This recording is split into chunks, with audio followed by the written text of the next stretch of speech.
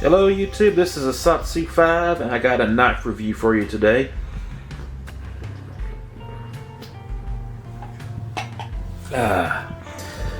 This is the AD20.5 by Demko with the shark lock, and I believe it's a little bit difficult for me to read, but this is a AS10A blade. This is my brother's. He loaned it to me for me to use and test out. And I've been EDCing this at work for a couple of weeks now, if not 3. I want to say it's 2, but it might be 3.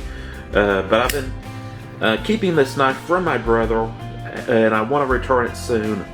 And so usually I use a knife until it gets dull, and then I sharpen it and film a review on it. And that's what I did with this.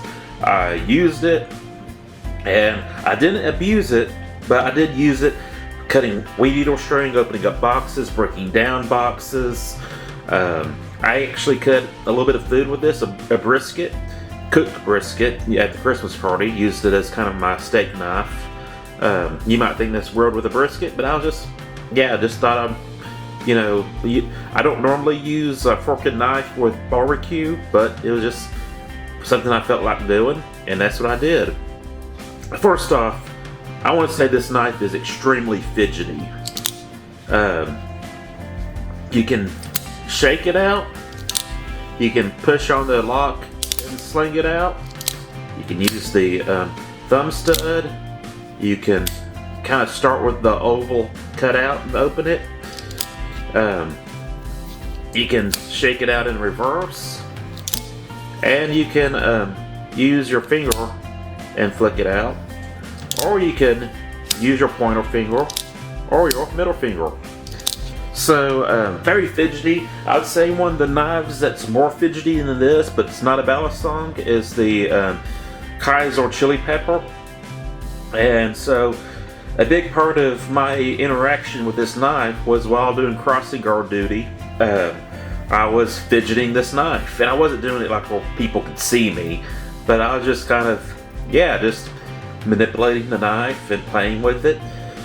Then when it was about time for the kids to come out for me to do the crossing guard thing and stuff, I would put it in my pocket and do the crossing guard thing. One thing I didn't do with this knife, and I had the opportunity to do it, but because it wasn't my knife, I didn't do it. I needed to open a asphalt bag, a bag of kind of asphalt. It's like a 50-pound bag or so. I can't remember how much it weighs. And I didn't want to do that to my brother's knife, but it has this, what I'm going to call a worm cliff. Now, usually these fatter blades are going to be categorized as a sheep's foot, but I think a sheep's foot is a little bit more round, and this actually has the ability to stab. It's not the best stabber or poker, but you can actually stab with it without like hooking into it. You can actually just press it straight, and if I were to press any harder, it would pierce my skin. This was a very good blade for utility work, having that tip control, but yet you have a slight belly to it. It wasn't really good for scraping. There was some stuff that I wanted to scrape my address off of a box and use it to ship something.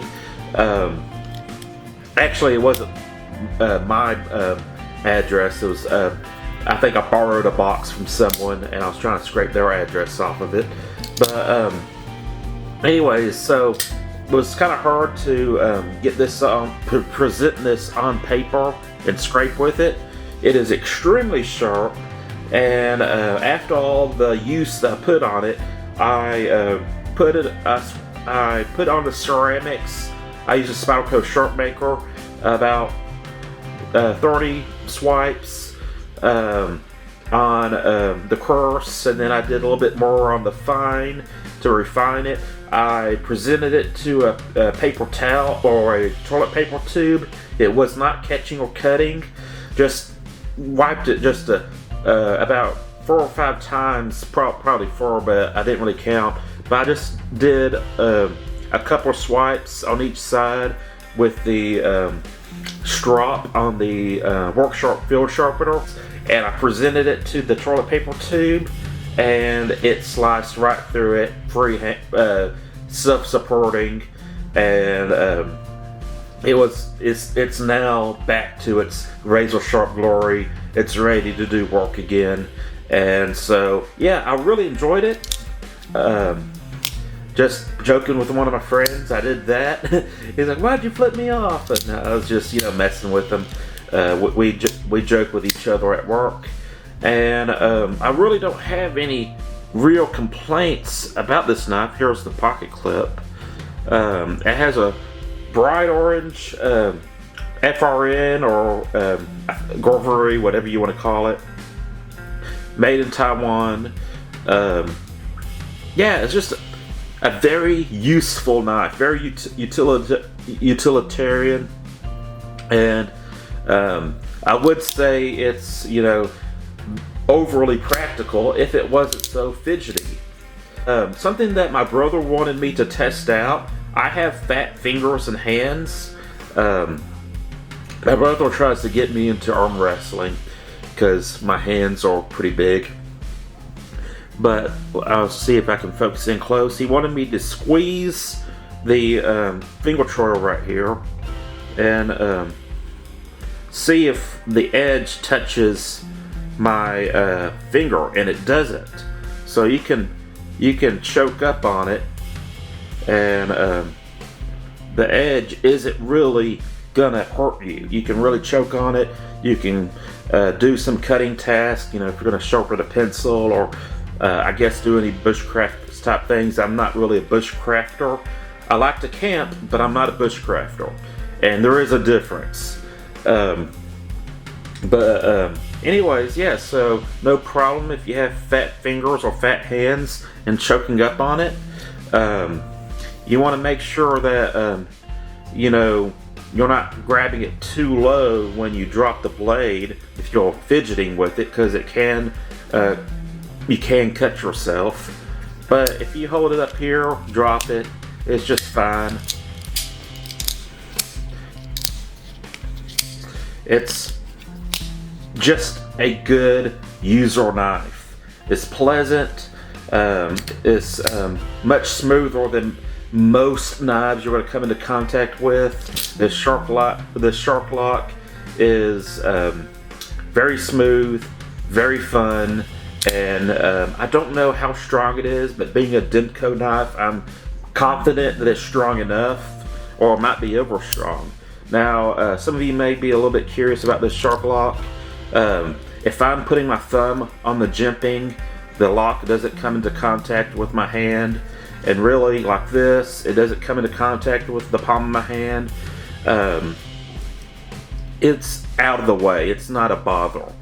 I'm sure you can grab it some way where it's inconvenient, but most of the time this sharp lock isn't going to bother you. So yeah, again, some of the things I did with this is mostly during this time of the year.